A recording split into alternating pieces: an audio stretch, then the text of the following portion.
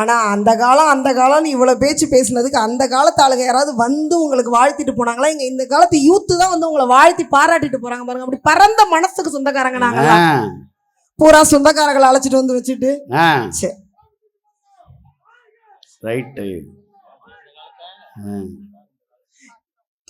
எம்மொழிக்கு மூத்தவளை எம்மொழியாய் வாய்த்தவளை செம்மொழியாய் மொழிகளுக்குள் செம்மாந்திருப்பவளை அன்னை தமிழை உன்னை வணங்கி கலர்ஃபுல்லான நடுவர், கலக்கலான நடுவர், கோட்டு போடாத நடுவர், கோவப்படாத நடுவர், பென்ஷன் வாங்குற வயசுல இருக்கிற பழைய பூத்து நடுவரா இல்லாம டென்ஷனே இல்லாம தீர்ப்பு சொல்ற ஒரு யூத் நடுவர் வந்திருக்கீங்க. கண்டிப்பா இந்த காலம்ல நீங்க தீர்ப்பு கொடுக்க போறீங்க. என்ன கலர்ஃபுல் நடுவர் சொன்ன முதல்ல எனக்கு அப்பப்ப மாலை கண்ணோய் நைட்ல மட்டும் கண்ணு தெரியாம போயிரும். என்னன்னு எதிரணி சகோதர சகோதரிகளையும் வணங்கி உண்மையிலேயே ஒரு அருமையான ஊரு, அற்புதமான ஊரு. இங்க கொற்ற பணியில கூட இந்த தமிழுக்காக இத்தனை பேர் உட்கார்ந்து கேட்டுட்டு இருக்கீங்க அப்படின்னா மனிதனுடைய அடிப்படை தேவை உணவும் உடையும்பாங்க. அந்த நெல்லையும் துணியையும் உற்பத்தி செய்து நம்முடைய மானத்தை காக்கக்கூடிய இந்த திருப்பூர் வாழ் மக்கள் அத்துணை பேருக்கும் வணக்கத்தை தெரிவித்துக் கொண்டு எல்லா ஊர்லயும் பட்டிமன்றம் ஆரம்பிக்கிறப்ப கூட்டம் நின்னு பாக்கும். பட்டிமன்றத்துல கடைசியா அந்த 4வது பேச்சாளர் இந்த மாதிரி பாவப்பட்ட ஜீவன் எல்லாம் பேசும்போது நிக்கிறதுக்கு ஒரு ஜீவன் இருக்காது, உட்கார்றதுக்கு ஒரு ஜீவன் இருக்காது, சேர் மட்டும்தான் இருக்கும். இங்க பாருங்க, நிகழ்ச்சி ஆரம்பிச்சதுல இருந்து முடிகிற வரைக்கும் நின்னுகிட்டே ஒரு ரசிகர் கூட்டம் இருக்குன்னா இந்த ரசிகர்களுடைய அன்புக்கு முன்னாடி எதுவுமே பெருசுல. இந்த மாதிரியான ரசிகர்கள்லாம் இந்த காலத்துல தான் இருக்காங்க. அந்த காலத்துல யாரு இருந்தாங்க? ஏதோ எங்க மஞ்சண்ணை கூப்பிட்டு நிகழ்ச்சி கொடுத்துட்டாரு, பெரிய மேடையை போட்டுட்டாருங்கிறதுக்காக அவர் என்ன சொன்னாலும் தகுமா? என்ன இருந்துச்சு அந்த காலத்துல உங்களுக்கு? ஆஃப்டர் ஆல் ஒரு ஏசி இருந்துச்சா? ஒரு வாஷிங் மிஷின், ஒரு ஃப்ரிட்ஜ், ஒரு டிஷ்வாஷர், ஒரு பியூட்டி பார்லர் இருந்துச்சா? அப்பெல்லாம் எல்லாருமே அழகா இருந்தாங்க, அதனால பியூட்டி பார்லர். அப்படியே அழகா இருந்தாங்க. நீங்க வந்து அழகுக்கு வர்ற இங்க பசங்க இருக்காங்கல்ல, ஏதாவது ஒரு மேக்கப் போட்டுக்கானா? நீங்கெல்லாம் பேர லவ்லி, பேத்தி லவ்லி, ஆயா லவ்லி, அப்பத்தா லவ்லி எல்லாத்தையும் அள்ளி தடவிக்கிறீங்க. அவ்வளவா போடுறோம்? இன்னும் எவ்வளவு போடுறோம் தெரியுமா? கன்சீலர் போடுறோம், ஐலைனர் போடுறோம், மஸ்காரா போடுறோம், ஃபவுண்டேஷன் போடுறோம், ஹைலைட்டர் கிரீம் போடுறோம், என்லைட்டர் போடுறோம், ஹச்டி ஸ்ப்ரே அடிக்கிறோம். ஏன் இதெல்லாம் போடுறோம்? ஏன் போடுறீங்க? அழகுக்கு தாங்க அழகு சேர்க்க முடியும். அவதாருக்கெல்லாம் எதுவும் போட முடியாது. அவதாரா? அவதார் அவதார் நாங்க என்ன அவதார் ரேஞ்சில இருக்கோம்? நான் சொன்ன கண்ணாடியை போய் பாருங்க.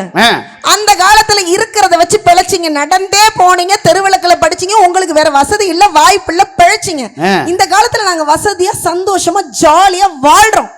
அப்படி வாழ்ற நாங்க வந்து எவ்வளவு சந்தோஷமா வாழ்றோம்னு சொல்லிட்டு போறோம். இதுல வேற வந்து போன் வந்து எல்லாரையும் பிரிச்சிருச்சு. நிகழ்ச்சிக்கு பாதுகாப்பு வழங்குற காவல்துறை அன்பர்களுக்கு பெரிய ஒரு கைத்தட்டு கொடுத்து பாராட்டுறோம். இந்த காலத்துல போன் வந்து எல்லாரையும் பிரிச்சிருச்சு, வீட பிரிச்சிருச்சு, குடும்பத்தை பிரிச்சிருச்சு. உண்மையை சொல்லவா, ஒரு காலத்துல டச்லே இல்லாம போன உறவை எல்லாம் டச்சுக்குள்ள கொண்டு வந்தது இந்த டச் போன் தான். 20 வருஷம் முன்னாடி சேர்ந்து படிச்சவனோட சேர்ந்து ஒரு குரூப் இருக்குங்க. 20 வருஷம் முன்னாடி ஒன்னா ஒரு தெருவுல குடியிருந்தவனை தேடி கண்டுபிடிச்சிட்டோங்க. 10 வருஷம் முன்னாடி ஒன்னா ஒரே ஹாஸ்டல்ல தங்கி இருந்தவனை கண்டுபிடிச்சிட்டோங்க. இவ்வளவு ஏன் எங்க சித்தப்பா ஒரு குரூப் வச்சிருக்காரு போன்ல. என்ன குரூப்? Secret group. குரூப்புக்கு பேர் என்ன தெரியுமா? Love birds. சித்தப்பா அம்மா லவ் பேர்ட்ஸ் வச்சிருக்காரு. அவர் பால்வாடியில இருந்து பள்ளிக்கூடத்துல இருந்து கல்யாணம் ஆனதுக்கு அப்புறம் லவ் பண்ண அத்தனை ஆன்ட்டி அந்த ஒரு குரூப்ல வச்சிருக்காரு. குரூப்ல வச்சிருக்காரா? ஒருத்தருக்கு குரூப்பா வச்சிருக்காரோன்னு நினைச்சிட்டேன். குரூப்பாலாம் வச்சுக்கலங்க. ஒருத்தருக்கு குட் மார்னிங் போட முடியும், சேர்த்து அப்படியே ஒத்தாப்புல குட் மார்னிங் பியூட்டிஃபுல் லேடிஸ் அப்படின்னு போடுவாரு.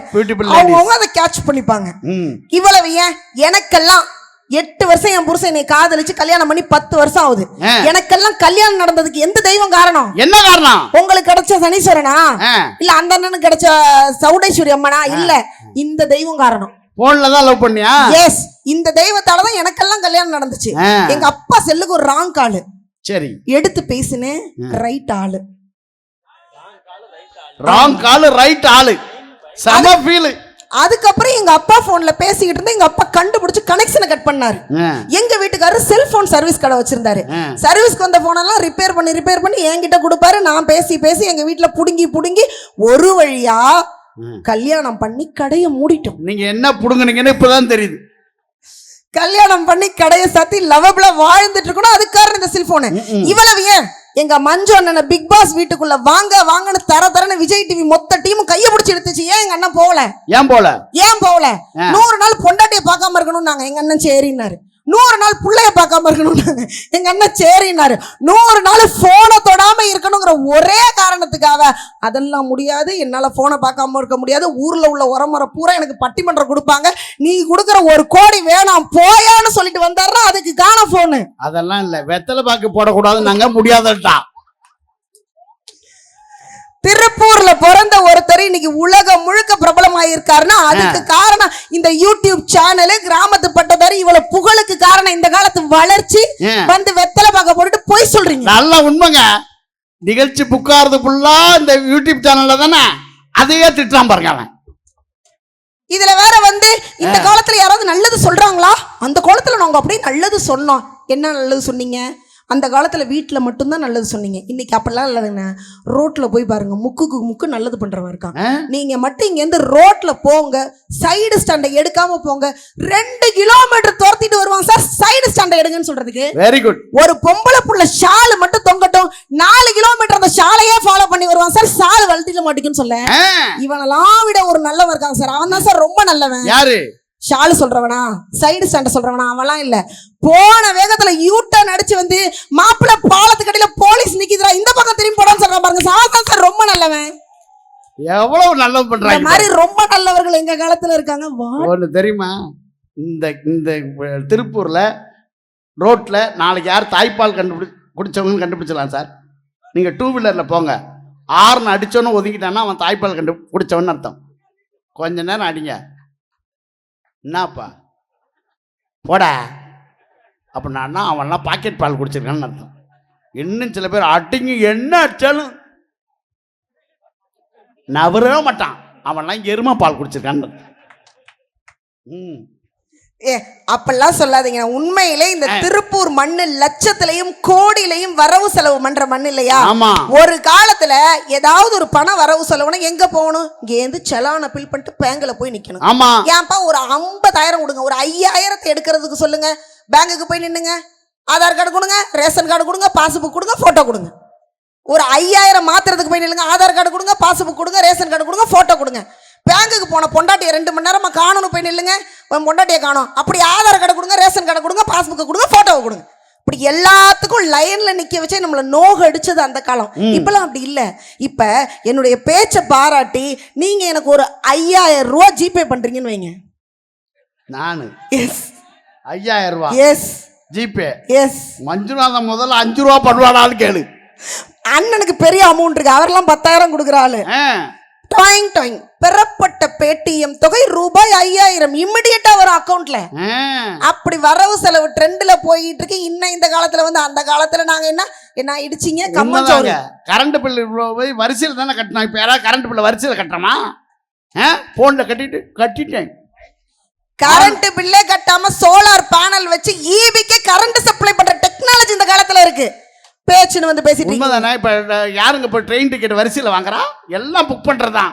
பஸ்ல ரெட் பஸ் புக் பண்றோம்ல, எல்லா வசதியும் அனுபவிக்கிறது இந்த காலத்துல பண்றீங்களையா? S, technology. இவ்வளவு பெண்களுக்கு என்ன உரிமை இருக்கு, என்ன உரிமை இல்லைன்னு இவ்வளவு பேசுனீங்கல்ல, கொஞ்சம் அக்கடை சூடுங்க, கொஞ்சம் டவுன்ல சூடுங்க. அந்த காலத்துல பெண்கள் என்னதான் உழைச்சாலும் அவங்களுக்கு பெரிய அங்கீகாரம் இருந்துச்சா? இன்னைக்கு பாருங்க, இருக்கிற பிளக்ஸ்ல பாதிக்கு பாதி பெண்கள் போட்டோ இருக்குன்னா இத்தனை பெண்களுக்கும் பொறுப்பு கொடுத்து அழகு பார்க்கும் பண்புள்ள ஆண்கள் இருக்கிறது இந்த காலத்துல. கரெக்ட். அந்த காலத்துல என்ன உரிமை இருந்துச்சு?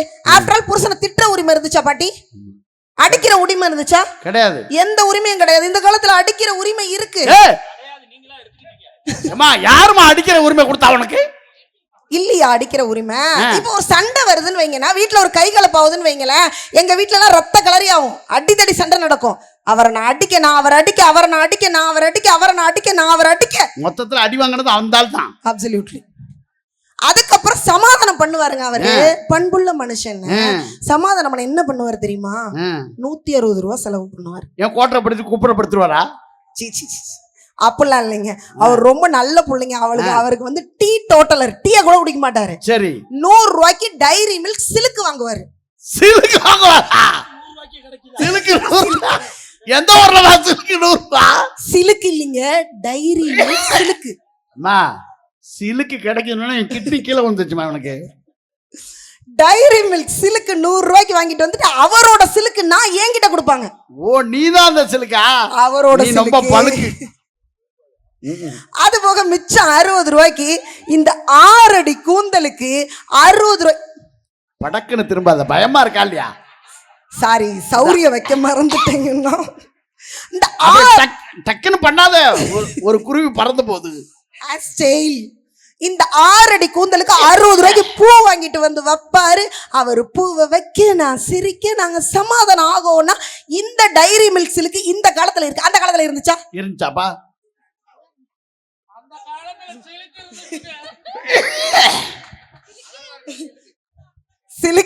சிலுக்குக்கு ரசிகர் சங்கம் வச்ச கூட்டத்துல இருந்து வந்துட்டு என்ன பேச்சு. இதுல இருந்து வந்து கூட்டு குடும்பமே இல்ல, இவரு குடும்பத்தெல்லாம் பிரிக்கிறீங்க, அவரு பெண்களுக்கு எதையுமே சேர்த்து பழக்கம் இல்லை, குடும்பத்தெல்லாம் சேர்க்காம இருக்கீங்க இவரு. நான் என்ன கேட்கிறேன், குடும்பத்தை பெண்கள் ஏன் பிரிக்கிறோங்க? எங்களுக்காக பிரிக்கிறோமா? தயவு செய்து ஒரு பொண்ணு ஒரு குடும்பத்தை பிரிச்சுட்டானா அந்த பொண்ணை குறை பேசாதீங்க. அவெல்லாம் தியாகத்தின் மறு உருவம். ஏமா அப்படி சொல்ற? ஒரு பொண்ணு குடும்பத்தை பிரிக்கிறான்னு யாருக்காக பிரிக்கிறா? அவளுக்காக பிரிக்கல, இந்த நாட்டுக்காக பிரிக்கிறா, இந்த ஊருக்காக பிரிக்கிறா, அவ வீட்டுக்காக பிரிக்கிறா. எப்படி? உலக நன்மைக்காக பிரிக்கிறா. இப்ப ஒரு வீடு இருக்கு, 15 உருப்படி இருக்கீங்க, ஒரு ரேஷன் கார்டு, ஒரு பொங்கல் பரிசு, ஒரு 3000 ரூபாய். நாங்க 4 பிரிச்சா 4 3000 12,000, 5 பிரிச்சா 5 3000 15,000 வீட்டுக்கு வருமானம். திருப்பூர்ல உனக்கு செலவு வைக்கிறமா? வைங்க 4 காக்கா வந்து கக்கா பண்ணிட்டு போடு. அப்படி இல்லைங்க, இந்த மாதிரி திருவிழாலாம் கொண்டாடுறீங்க, வீட்டுக்கு வீடு வசூல் பண்ணுவாங்க. ஒரு வீடு இருந்தா ஒரு 2000 தான் வசூல் பண்ண முடியும். 4 வீடு இருந்தா 4 2000 8000 ஊருக்கு வருமானம். ஓ, எல்லாத்துக்கும் மேல நாட்டுக்கு என்ன வருமானம் தெரியுமா? தண்ணி வரி, கரண்ட் வரி எல்லாம் தனித்தனி வீடு வச்சு தனித்தனியா கட்டி வீட்டையும் நாட்டையும் நாங்க அப்படியே வளப்படுத்தி ஒரு வளமான இந்தியா உருவாக்கிட்டு இருக்கோம். எங்களை போய் குடும்பத்தை பிரிக்கிற குறை சொல்ல வந்துட்டீங்க. இனிமே சொல்லாதீங்க, இனிமே அப்படிலாம் சொல்லாதீங்க. சொல்ல மாட்டீங்கல்ல? சொல்ல மாட்டான். எங்க 5 மிக மஞ்சள் அடுத்த மேடையில தான் சொல்லுவான். சரி சொல்லிட்டு போங்க. இதுல வந்து இந்த காலத்துல பாட்டு அந்த கட்டை இந்த கட்டை இந்த கட்டை இந்த கட்டை ஏதோ பேச வந்திருக்குது, ஒன்னு குட்டையும் ஒன்னு கட்டையுமா இருக்குங்கிறதுக்காக கட்டன்னு குறை பேசிடுவீங்களா? அந்த காலத்துல மட்டும் நீங்க நல்ல அறிவாளியா பாட்டு எழுதுனீங்க. கூந்தல் கருப்பு, குங்குமம் சிவப்பு. கூந்தல் கருப்புன்னு யாருக்கும் தெரியாது, இந்த குங்குமம் சிவப்புன்னு யாருக்கும் தெரியாது. அதுக்கு மேல ஒரு தாத்தா வருவாரு, மேயாத மான். அண்ணே மேயலன்னா அது மானே இல்லைன்னு, அது பூனைக்குட்டி. அது காயாத கானகத்தில் நின்றுலாமம் காணிங்க.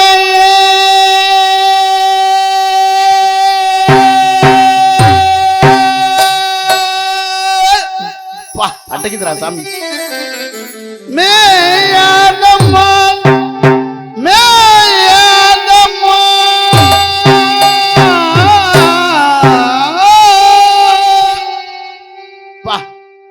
திருமுருகன் பூட்டிலேருந்து 2 பேர் பைக் எடுத்துட்டு வருவாங்க. அதாவது மேயாத மான் 3:30 மணிக்கு மேய விட மாட்டார் சார் அவர் மானை. ஆனா அந்த காலத்துல அப்படி பாடினாங்க. இந்த பாட்டெல்லாம் விட பெருமை எது தெரியுமா? பெரிய கொடுமை முடிக்கணும். நீங்க சீக்கிரம் அந்த பாட்டுக்கு முன்னாடி அவங்க ஒரு டயலாக் போடுவாங்க பாருங்க. இல்லதா எனக்கு மட்டும் பறக்கும் சக்தி இருந்திருந்தால் அந்த வானத்து நட்சத்திரங்களை எல்லாம் கொண்டாந்து காலடியில போடுவேன். எதுக்கு? மார்க்கெட்ல விற்கிறதுக்கா? அப்படி இல்லாமல் யதார்த்தத்தை சொல்வது இந்த காலத்து காதலும் பாடலும். முடிக்க சொல்றாங்க. ஒன்னே ஒன்று சொல்லி முடிக்கிறாங்க. நீங்க என்னவோ பெருமையா பேசுனீங்க, வீட்டுக்கு வீடு மருத்துவச்சி இருந்தாங்கன்னு. உண்மையிலே ஊருக்கு ஒரு டாக்டர் இருப்பாரு, எல்லாத்துக்கும் ஒரே மாத்திரையை கொடுப்பாரு, எதுக்கு போனான்னு தெரியாம போய் சேர்ந்துருவான். இன்னைக்கு ஹார்ட்டை தூக்கி வெளியில வச்சு ஆபரேஷன் பண்ணி தட்டி எடுத்து மாட்டி விடுற அளவுக்கு மருத்துவ வசதி இருக்குன்னா அது இந்த காலத்துல.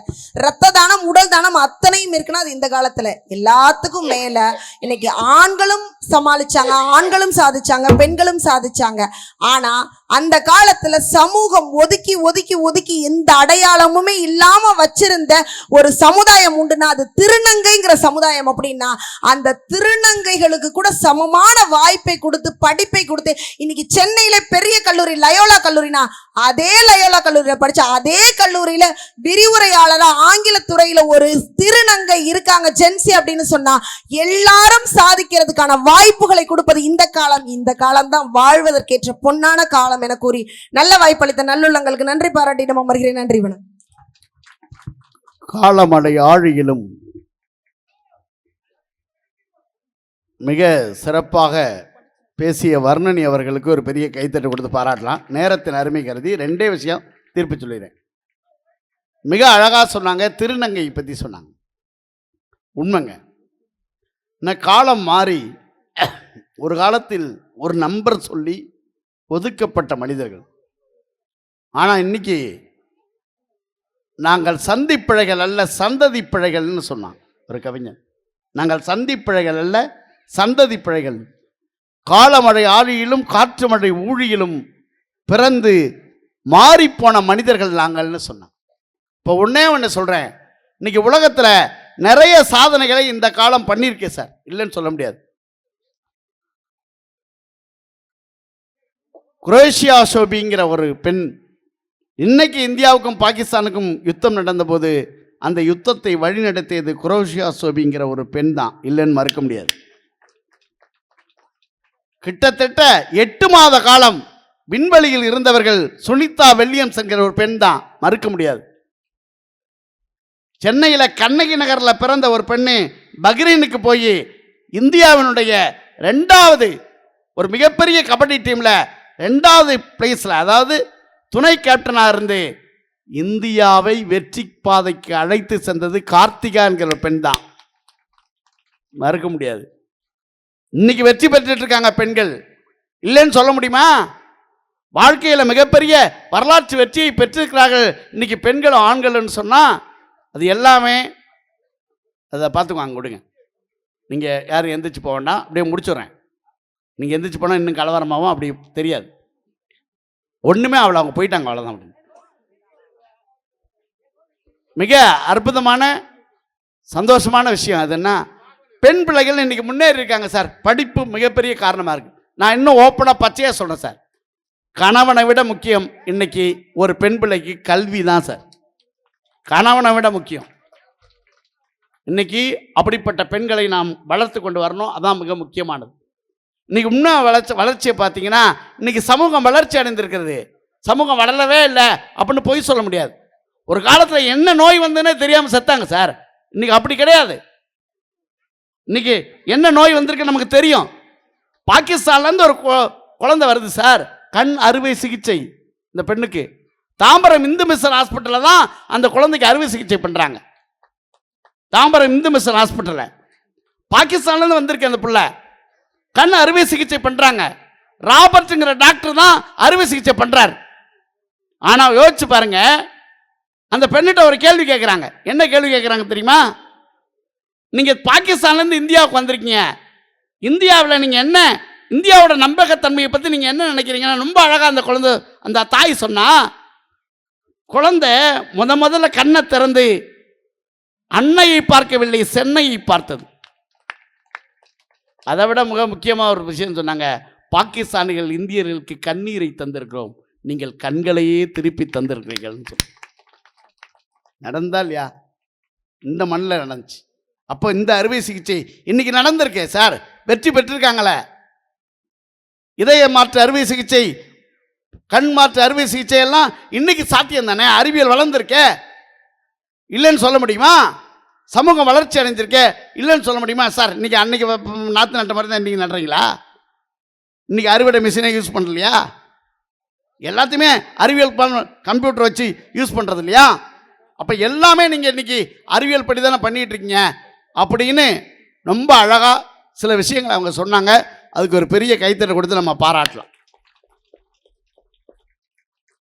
ஆனால் மஞ்சுநாதனும் அபுவும் சொன்ன விவாதத்தில் ஒரு பொருள் இருக்குது. என்ன பொருள் இருக்குன்னா, நம்ம செவ்வாய் கிரகத்தில் தோட்டம் அமைக்க ஏற்பாடு செய்துட்டோம், சேரிக்கு எப்போது வெளிச்சம் தரப்போகிறோம், சமுதாயத்தை எப்படி ஒன்றா வாழப்போகிறோம். இன்னைக்கு மிக முக்கியமான கேள்வி என்ன தெரியுமா?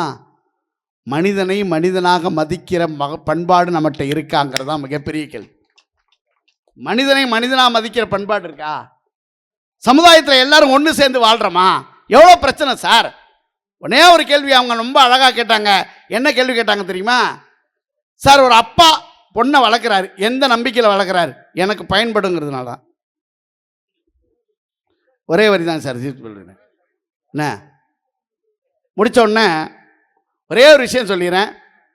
இன்றைக்கி இருக்கிற சமூகம், ஒரு ராஜாவுக்கு 4 மனைவி, பாட்டெலாம் பாடுற நேரம் இல்லை, ராஜாவுக்கு 4 மனைவி, 4வது மனைவி மேலே அவர் நிறைய பாசம் வச்சுருந்தார். 3வது மனைவி அவருக்கு ரொம்ப பிடிக்கும், 2வது மனைவி அவருக்கு ரொம்ப நம்பிக்கை வச்சுருந்தா முதல் மனைவி ராஜாவுக்கு பிடிக்காது, என்னது ஓல்டு. இந்த 4வது மனைவி மேலே பாசம் வச்சுருந்தார்ல, ஒரு நாள் மேலே டெத்தாக போகிறார், கடைசி காலம். 4வது மனைவி கூப்பிட்டார், செத்தா கூட வருவியாமான்னு கேட்டார். வாய்ப்பில்லை ராஜான்னு போயிட்டான். முதல்ல வாய்ப்பில்லை ராஜான்னு சொன்னது அவள் தான். 3வது மனைவி கூப்பிட்டாரு, அவள் வந்தா, ஐயா அண்ணே ஐயா நீங்களே பேசுனீங்கன்னா எனக்கு ரொம்ப கன்ஃபியூஸ் ஆகும், ஒரே வரியில் முடிச்சிருவேன் நான். பட்டிமன்றங்கிறது உங்களை பார்த்து நான் பேசுறது, இசைன்னா பாடிட்டு பிளாம்பாலும் முடிச்சிருவேன், புரியுதுங்களா? தயவுசெய்து ஒரு 2 நிமிஷம் தான் முடிச்சிடறேன். தாங்கய்யா நான் பேசி தானே முடிக்கணும், வேற என்ன பண்ண முடியும்? ராஜா அப்போ வந்து பாருங்க, 4வது மனைவிங்கிறது முடியாதுன்ட்டாளா, 3வது மனைவி கூப்பிட்டாரு, நீயா செத்தா கூட வருவியான்னா 1 மாதம் கழிச்சு இன்னொருத்தன் கல்யாணம் பண்ணி பெண் போயிட்டான். 2வது மனைவி கூப்பிட்டாரு, சுடுகாடு வந்து வழி அனுப்பி வைக்கிறேன்னா. முதல் மனைவி சொன்னா, எலும்பும் தோலுமாக இருந்த முதல் மனைவி சொன்னா, ராஜா நீங்கள் எங்கே சென்றாலும் நான் உங்கள் கூடவே வருவேன்னு சொன்னான். இதுதான் இந்திய தாம்பத்தியம். ஆனால் நான் சொல்ல வந்த மேட்ரு இது இல்லை, இதுக்குள்ளே ஒரு விஷயம் இருக்குது. 4வது மனைவின்னு நான் சொன்னது உடம்பு. எவ்வளோ தான் சிக்கன் பிரியாணி, மட்டன் பிரியாணி, தயிர் சாதம், தக்காளி சாதம் கொடுத்து வளர்த்தாலும் நம்மளை விட்டு போயிடும். 3வது மனைவிங்கிறது நம்மளுடைய சொத்து பத்துகள் பிள்ளைகள்கிட்ட கை மாறி போயிடும். 2வது மனைவிங்கிறது சொந்த பந்தங்கள், சுடுகாடு வரை வந்து வழி அனுப்பி வைக்கும். அவன் தான் சொல்லுவான், ஆழமாக தோன்றா வந்தாலும் வந்துடுவான். ஆனால் முதல் மனைவிங்கிறது நீங்கள் செய்கிற சேவை எத்தனை ஆண்டு காலம் ஆனாலும், இன்னும் 1000 வருஷம் ஆனாலும், ராமலிங்க சவுடேஸ்வரி நற்பணி மன்றம் நடத்துகிற இந்த சேவை மறந்து போகாது, இந்த கோயில் மறைந்து போகாது. நாம தான் இருக்க மாட்டோமே தவிர இது நடந்துக்கிட்டே தான் இருக்கும். இந்த இளைஞர்கள் நற்பணி மன்றம் இதை செய்தது இல்லை, எங்கே தெரியுமா வேறுபடுது? அறிவியல்லாம் முன்னேறிருக்கு சார், நான் இல்லைன்னு சொல்ல. ஒரே ஒரு விஷயம் கேட்குறேன், ஒரு 4 வயசு புள்ள ரோட்டில் நின்னா நம்முடைய பண்பாடு என்ன? குமார் விட்டு பிள்ளையாடாதே, நமக்கு அவனுக்கு சண்டையாக கூட இருக்கட்டும், அவனை கொண்டு போய் தம்பி கொண்டு போய் ரோட்டில் விட்டுறா, சின்ன பிள்ளடா. அவனுக்கு எனக்கும் தான் சண்டையை தவிர அந்த குழந்தை மீது வன்மம் இல்லை என்று சொன்னது அந்த காலம். ஒரு 3 வயது பிள்ளையை கடத்திட்டு போய் கொலை பண்ணுறானே சார், நடக்குதே சார். 3 வயசு குழந்தைய தம் மீது இருக்கிற வன்மத்தை ஒரு குழந்தை மீது காட்டுகிற அளவுக்கு நீ எவ்வளவு ஆராய்ச்சி பெற்றாலும், நீ எவ்வளவு இந்த உலகத்தில் உயர்த்தி பெற்றாலும், ஒரு 3 வயது குழந்தை மீது வன்மத்தை காட்டுகிற ஒரு கொடிய மனசு உனக்கு இருக்கும்னா அதை விட கேவலமான மனுஷன் உலகத்தில் கிடையவே கிடையாது.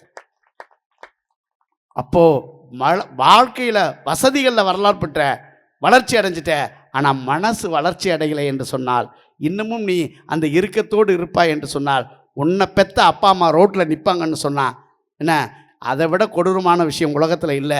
வாழ்க்கையில் நீ எவ்வளோ பெரிய வளர்ச்சி அடைந்தாலும், வசதி பெற்றாலும், உன் தாய் தந்தையரை மதிக்கிறவன் தான் உலகத்தின் மிகப்பெரிய பணக்காரன்.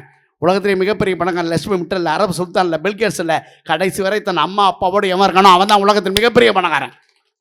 உலகத்தில் மிகப்பெரிய கோடீஸ்வரன் தாத்தா பாட்டி சொந்த பந்தங்களோடு வாழ்றவன் தான் உலகத்தின் மிகப்பெரிய கோடீஸ்வரன்.